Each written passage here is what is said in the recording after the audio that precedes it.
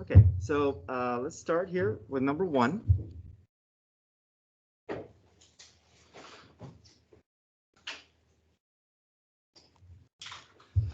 Number one says, let h of t be equal to f of g of t.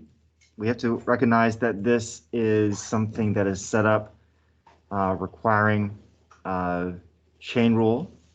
All right, the outside portion is the f, the inside portion is the g, and we'll find our derivative accordingly.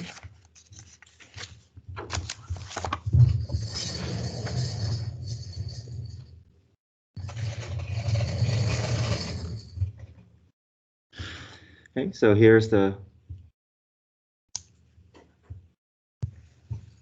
how we define chain rule here. Outside's derivative.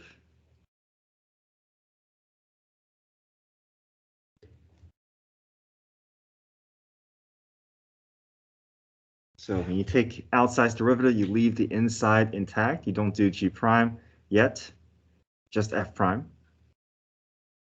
times g prime. So this represents outside's derivative. This represents inside's derivative. Next up, replace every t with 1. Now we're ready for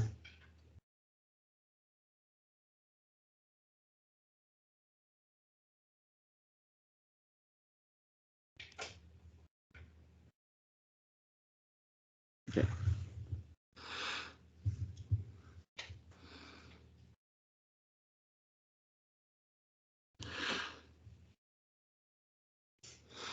Hey, once we're here, g prime of 1 is pretty straightforward. We can just go to g graph and find the slope at 1. The issue a lot of students have is doing this the correct way. So we can't do f prime yet. There's too much unknown. Well, at least it's just looks too complicated right now. But what we can do is we can figure out what g of 1 is. All right, so g of 1, two-step process. Let's find g of 1, get this down to a number, and then we're going to see this will be a lot easier to interpret here. So g of 1, we're just looking for the y value, the ordered pair. Ordered pair at 1 is 1, 2. Ordered pair, y value is 1 here. Okay, so we replace that g of 1 with 1.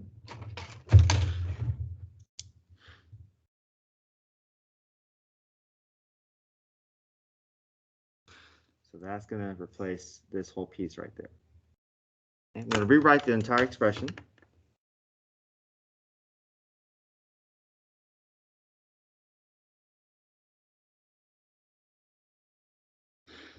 Okay, any questions so far? See that substitution that I made there? Okay, so now, a lot easier, right? Now this is easier to interpret. We want to find the slope of the f graph at 1. We want to find the slope of the g graph at 1. So the slope of the f graph at 1, sorry that this is not very clear on the test. I'll make it more clear here because at 1 is really don't know what that slope is. Because to the right, it looks like it could be a slope of 1, but then to the left, it looks like it could be a slope of 2.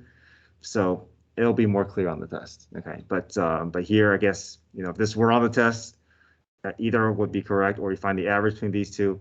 I'm just going to call this slope 1, but you know what I mean here. That meant to put slope, and I meant to have a more clear. It'll be a line. It won't be a line with a curve connected to it. Okay, so right now we'll say that's slope 1. But if you say slope 2, that's fine too.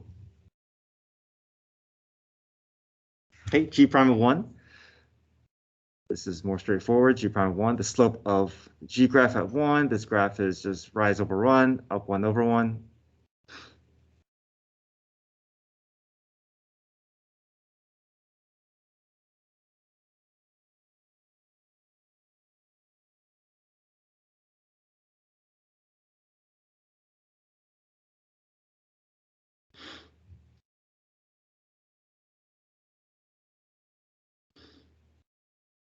Sorry, over here. I was looking at 3 here. Yeah, sorry.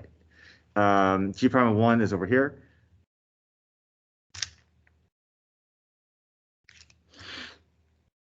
So that's the slope of -1, my bad.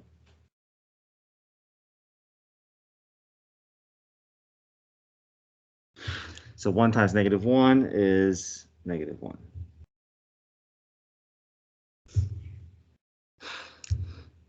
Okay, sorry for the confusion. Any questions here? So we find the slope of the F graph at 1, and we also find the slope of the G graph at 1, and then we get them to be numeric values, and that's our H prime of 1. Yeah. Hypothetically, if we were looking at like G prime of 2, like where it kind of diverts, then yeah. it would be undefined. That's right. G prime of 2 would be undefined. Because so it just be undefined takes the whole thing. That's right. Yeah. If one part is undefined, it'll wipe out everything else. And so it's undefined if it like splits, if it goes opposite directions. So like would F prime of 2 also be undefined? F prime of 2, I would say F prime of 2, this looks more smooth. I would say that is a slope of 0. Okay. Yeah, so if you see a smooth transition, that's slope 0. Straight. Okay. Cool. Thank you. I have handouts here if you want to pick one up. Okay, it's on the chair there. Okay, any questions with one? So the difficulty that students experience with this problem is typically it's, first of all, recognizing chain rule and being able to represent chain rule in terms of function notation. And then after making the substitution, being able to know what to do. So, but I feel like if you know how to do this, you shouldn't have any problem on the test. But typically, I see students making one of these few mistakes. Just yeah. So just wanted to make sure that if you have any questions, that I can answer them here. Okay, number 2, z of t is equal to f of t times g of t. Find z prime of 3. Before we can find z prime of 3, we first need to find z prime of t. We can't just jump into this in one step, okay? There's really a 2-step process. We need to find the derivative. But to find the derivative, we look at this form here and we see, oh, this is 2 separate functions being multiplied next to each other. Right? It's not inside one another, it's next to each other. So this is product rule here. Let me label what we just did here.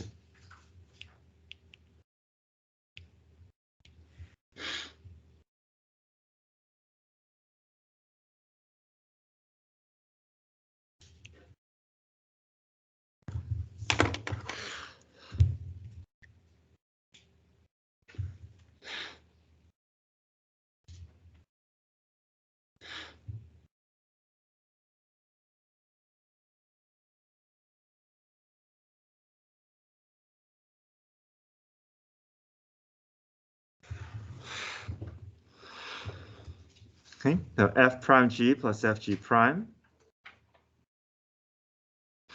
Now that you have your derivative in place, now you can work into 3.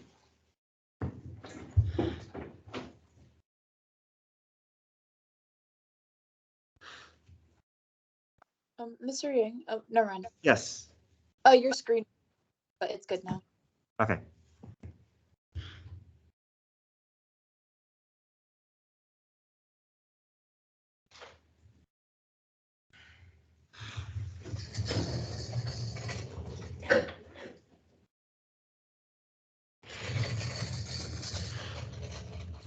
All right, so then now we're going to go to 3 on the f and the g graph, and we're either pulling the y value or we're pulling the slope.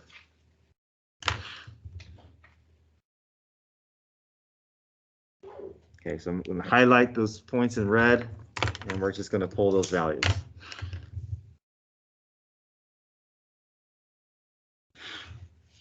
Okay, so f prime of 3, we're asking for the slope of the f graph at 3, and that is a slope of -1, down 1 over 1.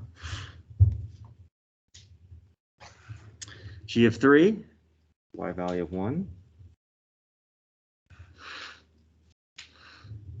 F of 3, that's a y value of 3. G prime of 3, it's the slope of 1.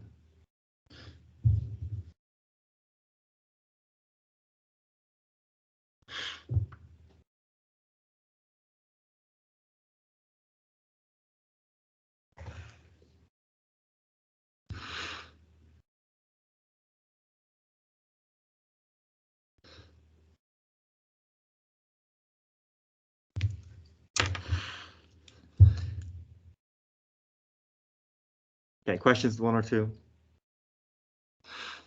Just to talk a little bit more about slope.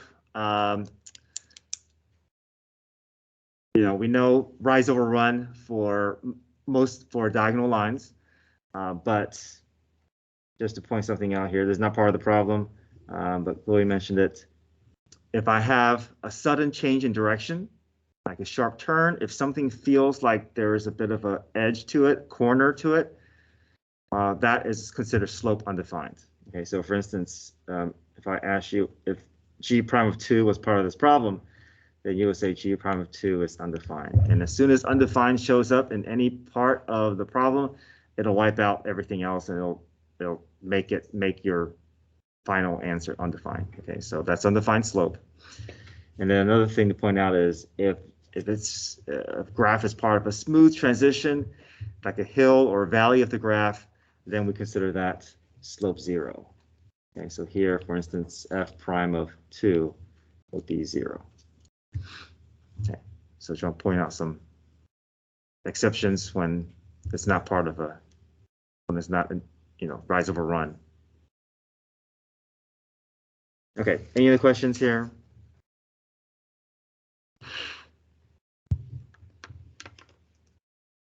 Okay, number 3. Consider the curve defined by the equation here. Show that dy dx equals. Okay, so we are not going to be working with this. Okay, so basically ignore this because you're trying to find the derivative of this first equation, and then your answer is going to be this. Okay, I see some students, they try to start with this. If you start with this, then you're finding the second derivative. Okay, they're actually trying to show that, hey, this is the answer. Can you connect between the question and the answer? Okay, so start with the first line. The second line is just for you to double check your answer. Okay.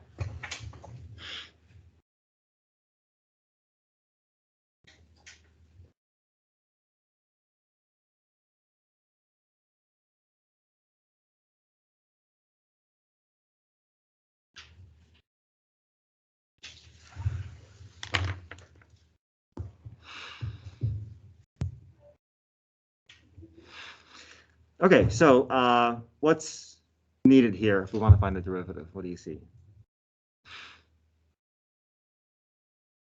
Yeah, product and implicit, right? So implicit, the giveaway is that you have all these y's mixed into the equation.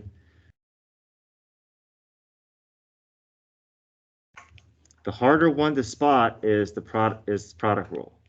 Okay, it doesn't really announce itself, but that 6x squared y, it looks innocent enough. It looks like, well, just find the derivative for 6x squared and the derivative for y and be done with it. But this is really product rule. Okay, 2 separate variables multiplied together. We always have to involve product rule if that's the case.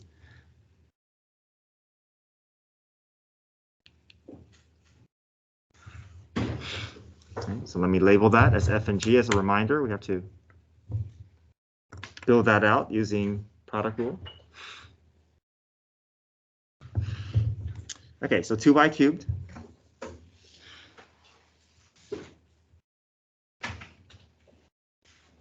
Power rule.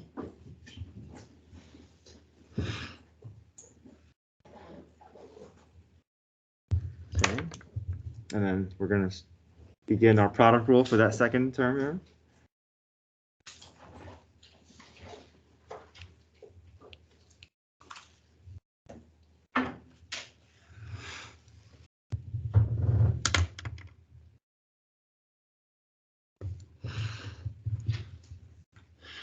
Okay, f prime times g plus f g prime. Y's derivative is 1, but we're asking for y's derivative. We need to attach dy dx here.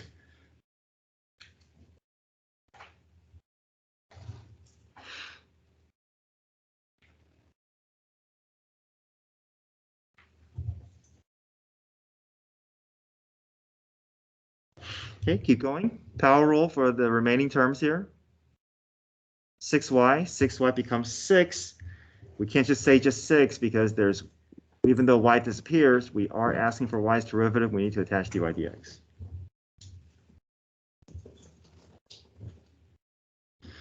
And don't forget, the 1 is not immune from the derivatives. I see a lot of students, they find the derivative on the left side and they think the right side is just whatever they're showing, and they forget to find the derivative. So 1 goes to 0. Okay. Any questions here? This is the most important step because this is where the calculus occurs. Everything after here, you're just trying to move things around and trying to get dy dx by itself. Okay. Any questions here? Anything, product rule, chain rule, anything that happens when there's implicit differentiation, we always put a dy dx. That's right. Anytime y's variable is involved, you always attach dy dx, right? But just because y shows up doesn't mean that we always do dy dx, because here g is not asking for y's derivative. It's just asking for you to bring y down. If derivative is not involved, we don't attach dy dx. Yes? Why is f prime 12 and not 12x? Oh, sorry, it should be, yeah, sorry, 12x. Thank you. So whenever you're doing implicit Oh, sorry. 12x. Yeah, that's right. Is that what you guys got? Yeah. 12xy. Yeah, so f prime and then f is x squared. Okay, sorry, Zoe. The derivative of y will always be dx, or dy over dx. So the derivative of y is 1, but then anytime we're involving y's derivative, we need to attach dy dx. So technically it's 1 dy dx. Okay. So, but I left 1 out since, but yeah, I could put times 1. Yeah. So anytime we're not solving for y's derivative, we just do explicit difference. Or is it every single time y involved? What do you mean? When we're not solving for y's derivative. Like, Oh, right, yeah. So anytime we're not involving y's derivative like f prime, we just find derivative like we normally would. We don't attach anything to it. But technically you could say it's 12x dx over dx, but we think of dx over dx as just washing out and we ignore that. Right, but rule of thumb, you only do something special with y's derivative. With x's derivative, you just do it like how you've always done in the past.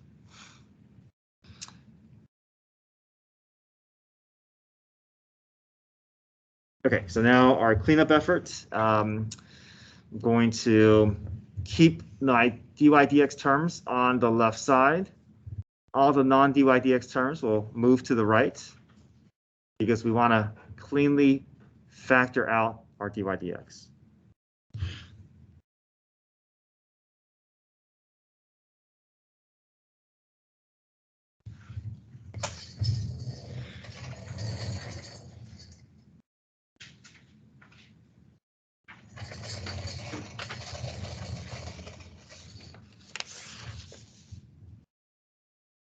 Okay, give myself more room here.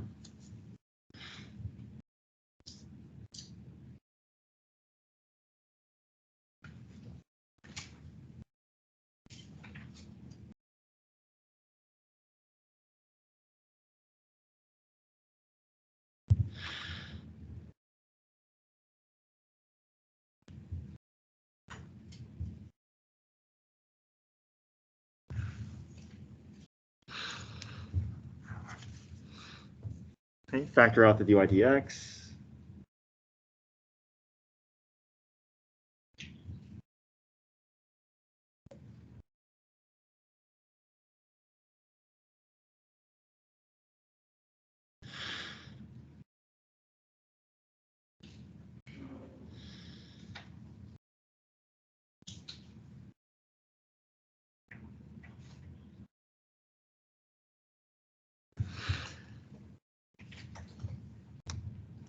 Okay, so this is our derivative, which is fine. You can leave it like this, but if I ask you to show that to look like this, then just go through the algebraic steps to get there, right? So we can factor GCF from the numerator to the denominator to get this cleaned up with smaller values.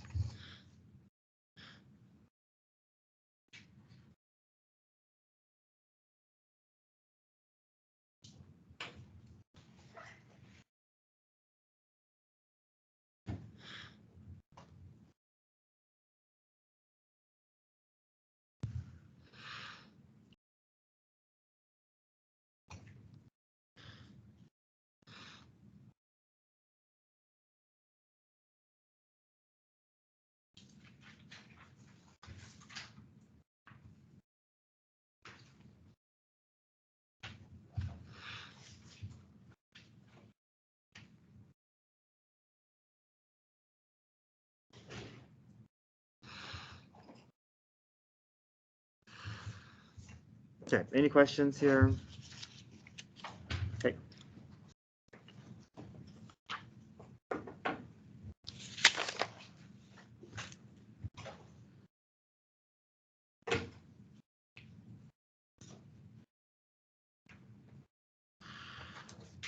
Okay, number 4. This just means find the second derivative, but we're just going to do the derivative twice here. So each time it's going to be a slightly different rule. This one, we can recognize this as just quotient rule, f prime g minus fg prime all over g squared.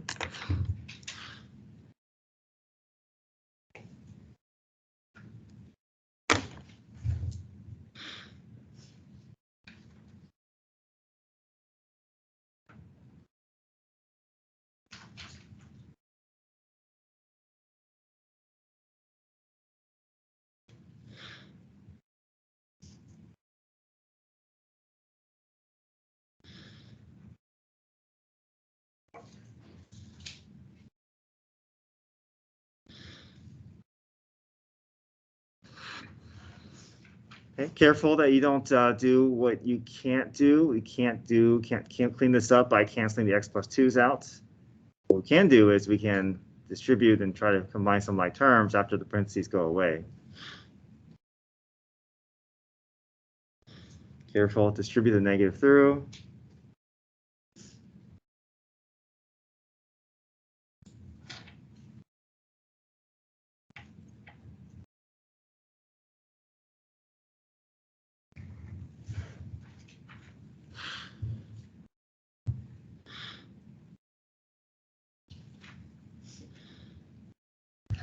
So there's my derivative. I want to go through derivative one more time to get to the second derivative. What I like to, you can go through quotient rule again, that's fine. I find it a little bit easier if my numerator doesn't have any variable, I find it easier to bring it up to the top and go through chain rule because it feels almost like power rule without having to deal with the variable at the top. You don't have to, but this is typically the faster way of working through a problem. If you can rewrite the problem like this, then it's just a nice chain rule, outside, inside derivative, rather than having to go through quotient rule. But you will get the same answer either way. Okay, so second derivative.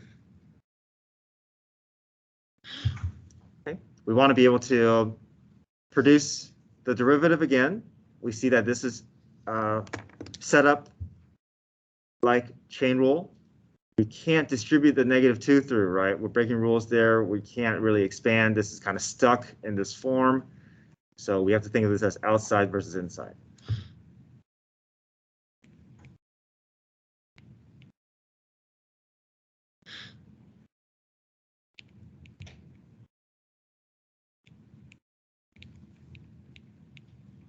Okay, so we take turns with each portion's derivative. Outside's derivative, this is just power rule. -6 parentheses to the -3.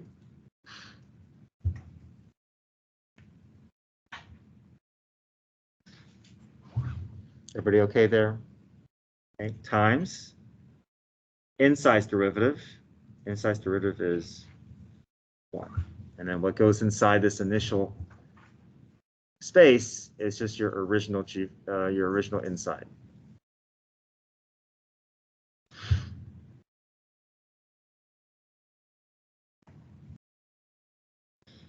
Okay, do a little bit of cleanup here. We can push the negative exponent back down. The -6 stays up top.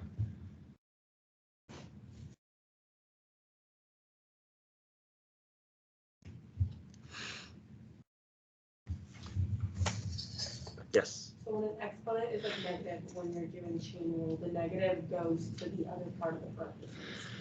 Correct? Like you said, you had like 3 times -2, so it goes to -6.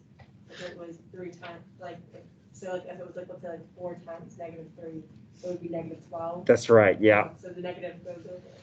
Right, so we do this just like power rule. Bring the exponent down to multiply with whatever's in front, and then subtract 1 from the exponent. Okay, back page.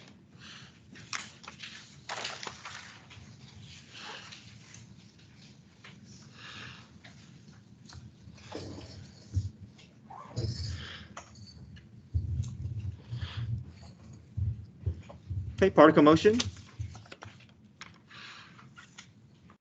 Position function given. Find when the particle is moving to the left. This is a multi-step problem. We first have to find the velocity function. Set the velocity function to equal to 0. Create our velocity sign line. Test our intervals. And then we can decide whether it's moving left or right.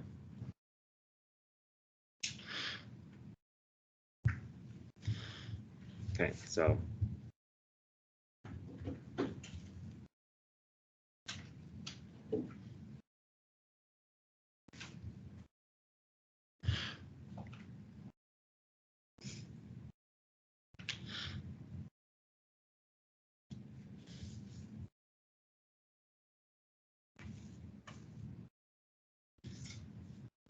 factor 3 out, I'll set equal to 0.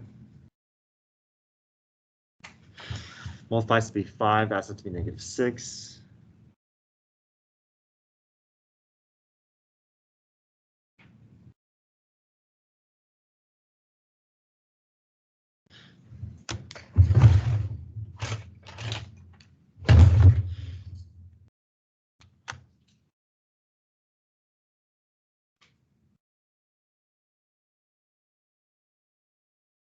Okay, so here's my velocity sign line.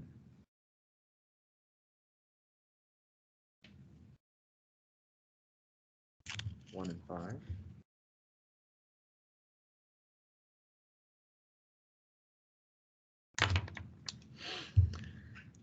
Okay, we're going to test each interval here. I'll test v of 1/2. Here I'll test v of 2. Here I'll test v of 6.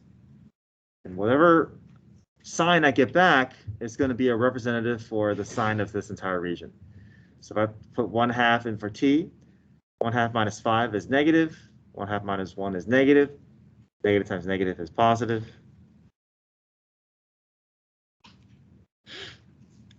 V of 2, 2 minus 5 is negative. 2 minus 1 is positive.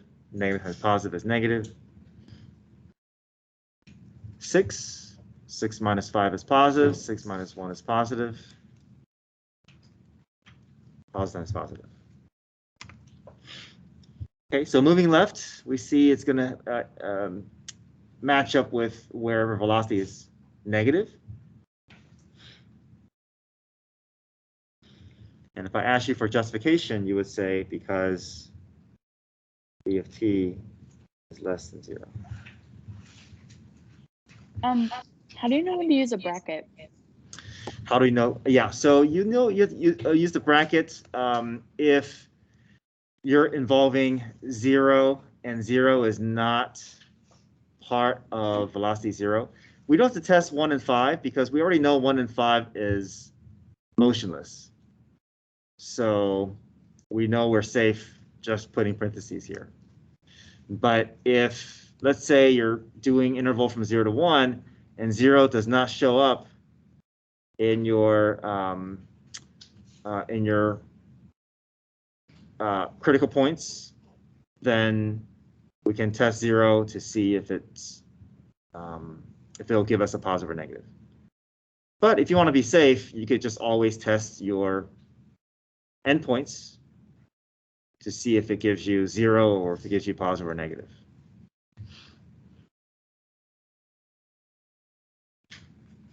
But here, I'm not testing because I already know 1 and 5 is motionless.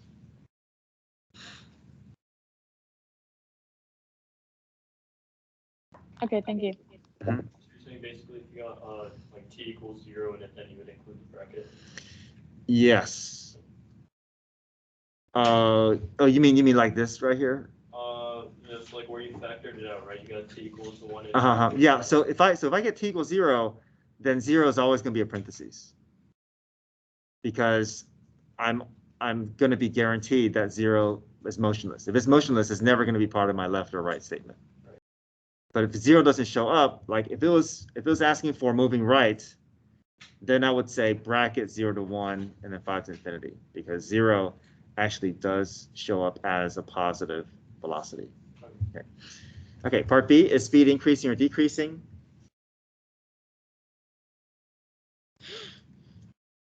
So we have to involve acceleration, right? Acceleration and velocity.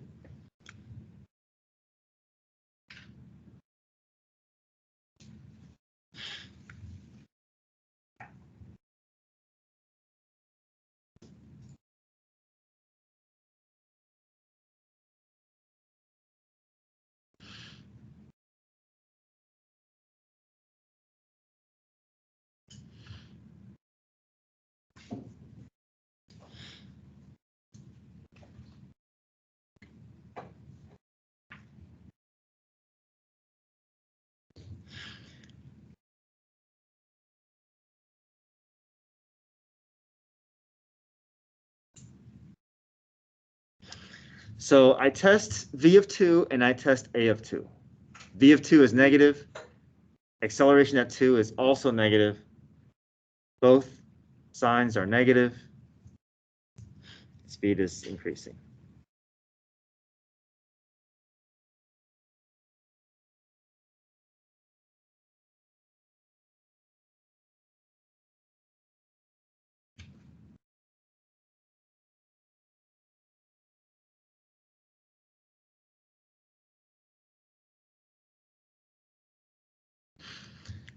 Okay, part C, find the average acceleration.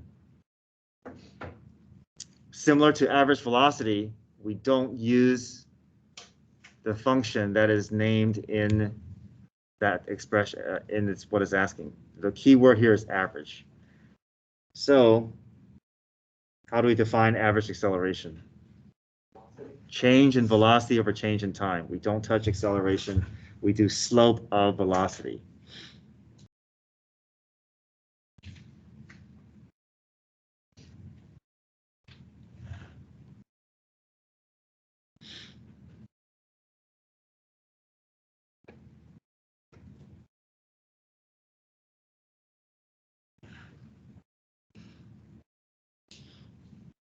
So -9 minus 15.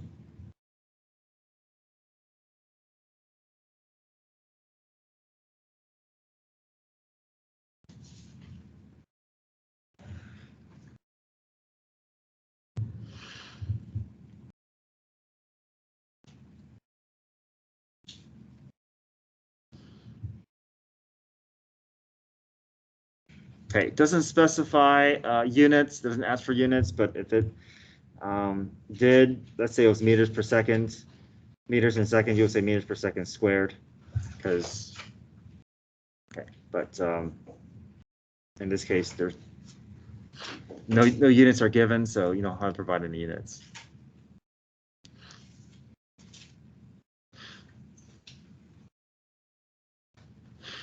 Okay, where's the particle located when the velocity is 0? So this is where we start. Start with velocity, set velocity equal to 0, see what that gives us.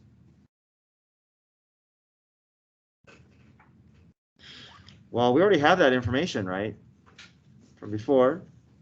So from that, from setting velocity equals 0, we get t equals 1 and 5. So now that we know the time where velocity is 0, let's go back. It's saying, where's the particle located? Location involves position. So we'll find the position at 1 and position at 5. Position at 1 second and position at 5 seconds. Okay, so 1 in for all the t's here. So 1 minus 9 plus 15 plus 3.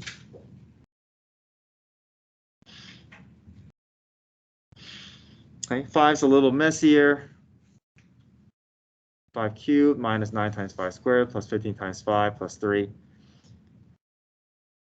It ends up being negative 22, but if you just write everything out without simplifying, that would be fine as well.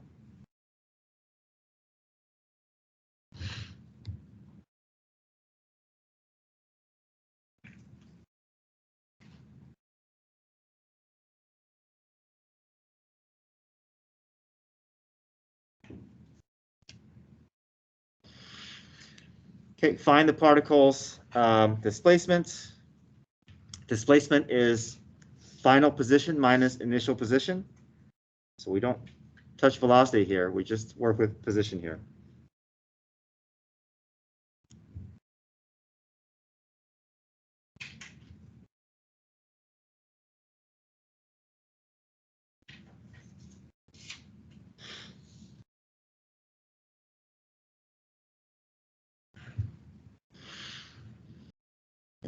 So S of 3 means I need to find the position at 3, and I need to find the position at 0. Goes into the original position function. S of 3 is -6. S of 0 is 3. So my displacement is -9.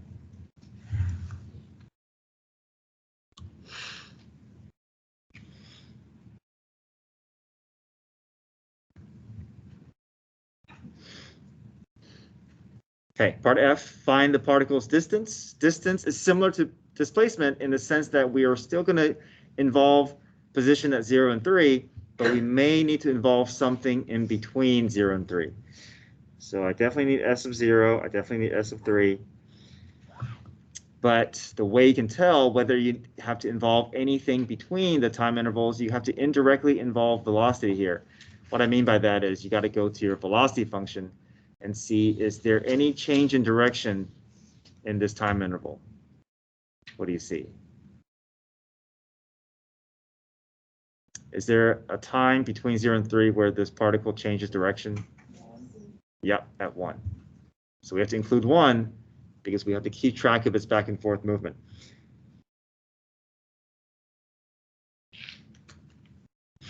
Okay, find the location on the x-axis.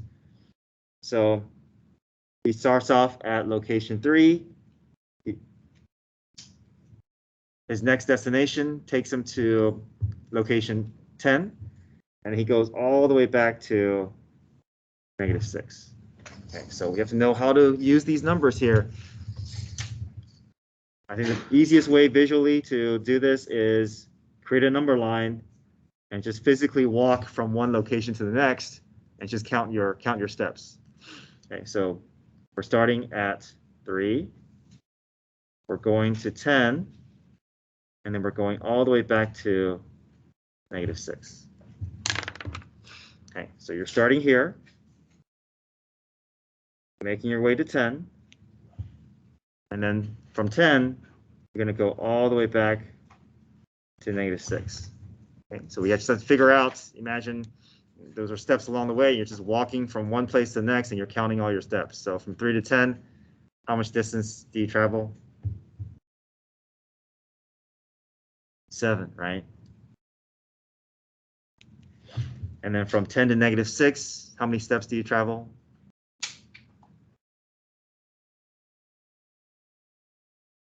Except we want to count steps, so count it all as positive. So 10 minus -6 is 16.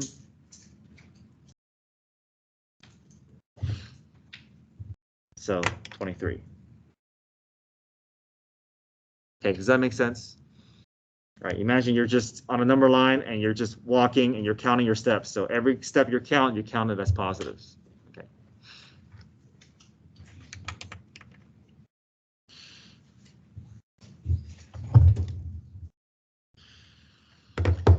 Okay, I got a few minutes here. Just want to run through this real quick. Is velocity increasing or decreasing? This is a little bit different. We don't touch velocity. This is just asking for what? Just acceleration. So since acceleration at 2 is negative, my velocity is decreasing.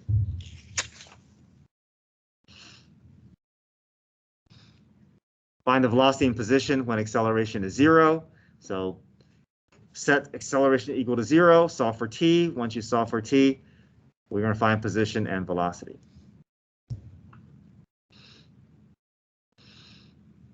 Number 6, look how this is set up.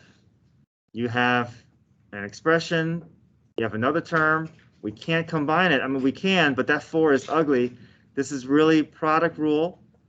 And within product rule, there's a bit of a chain rule. So f prime g plus fg prime, but when you get to g prime, we have to worry about outsize derivative times insize derivative. Okay, so f prime g plus f g prime, and g prime is where chain rule is activated.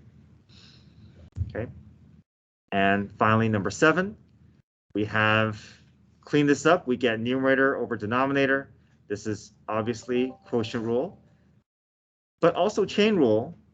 But chain rule comes second because the parentheses is not over the entire expression. That means there's a larger rule. The larger rule gets applied first, and that first rule applied is quotient rule. So f prime times f prime is where we are going to involve chain rule because that's the f prime portion. So it's inside quotient rule. F prime times g minus f g prime all over g squared. Okay, this is a little bit messy here, so I'll accept this answer. If you just push this negative exponent down to a denominator within the space, you can have it as 2 minus x squared to the 1/2 minus 3 times 2 minus x squared to the 1/2. That's fine. Okay. All right, I have a meeting in here, so sorry I have to push all of you guys out. Okay, good luck. I'll see you in class.